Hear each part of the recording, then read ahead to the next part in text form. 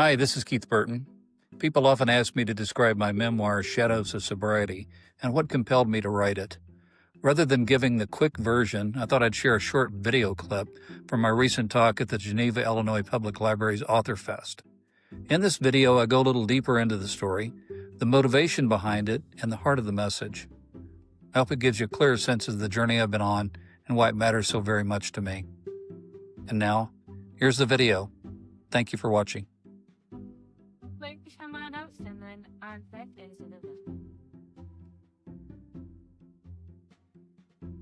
Good afternoon, everybody. I'm very glad to be here with you. For more than 30 years, I was a leading public relations executive in Chicago.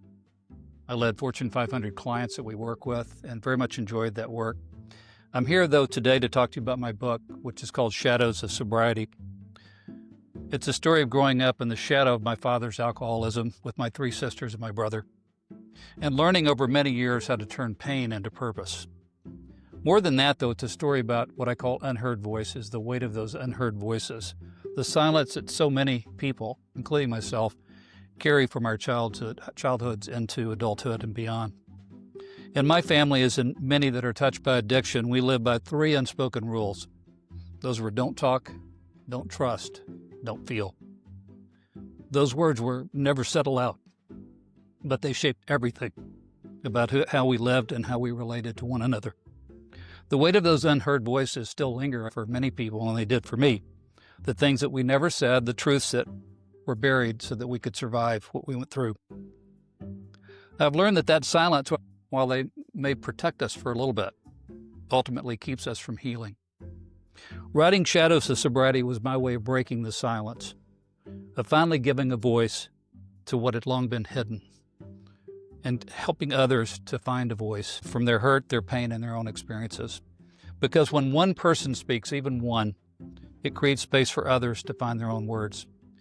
As I mentioned, I was in public relations. I would find myself traveling throughout the world, in hotel rooms and in different places, and some days I would craft narratives and manage perceptions for different clients. But at night, I was grappling with my own demons, trying to keep the chaos of my personal life hidden, away from view. And that was a dual existence that creates, for many people, a constant tug of war. It certainly did for me. And it highlights a disparity between our lives, each demanding a different version of who we are. And it left me exhausted and fragmented. That duality underscores a universal truth I would like you to think about when you see people. No matter how put together someone may appear, they may be fighting profound personal battles. My journey was a testament to the power of resilience and the importance of confronting inner turmoil. The National Association of the Children of Alcoholics, which I did a lot of reading with as I was doing my own work, says that roughly 1 in 5 Americans grew up with an alcoholic parent or relative. When you apply that here at home in Geneva, that's about 3,200 people in this town alone, and about 78,000 people in Kane County. Those aren't statistics, those are real stories. Their neighbors, their coworkers, their friends, and maybe, as I've said in rooms that I counsel in, where I go to counsel with young people who are going through addiction recovery, or families who are going through that same recovery with their Families Anonymous, maybe in those conversations it's us.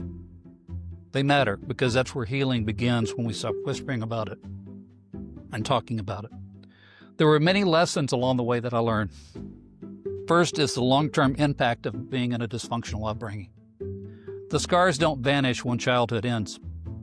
They show up in how we love, how we lead, how we see ourselves.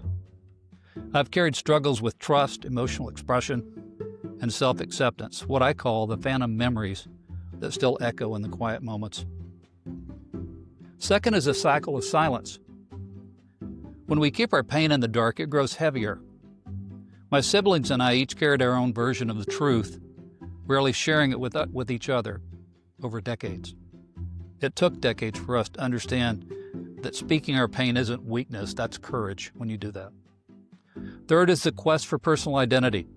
For much of my life, I defined myself by survival, by being the responsible one, the achiever, even while I was a competent imposter some days, the one who held everything together, It took deep reflection, faith, and honesty to rediscover the person behind and beneath all that armor.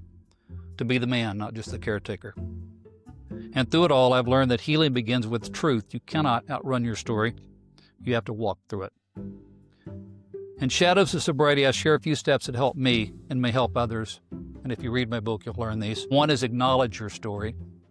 Naming it is the first act in our freedom. Seek support, whether that's through groups like Al-Anon or the Adult Children of Alcoholics. Connection is what heals. Isolation will not. Set boundaries because they may protect your peace and make love sustainable for you. Forgive, but never forget. Forgiveness frees you. Memory keeps you honest. Healing is not about erasing the past. It's about learning to live peacefully beside it. Shadows of Sobriety is my attempt to honor the unheard, the children who grew up in silence, and the adults still finding their voices.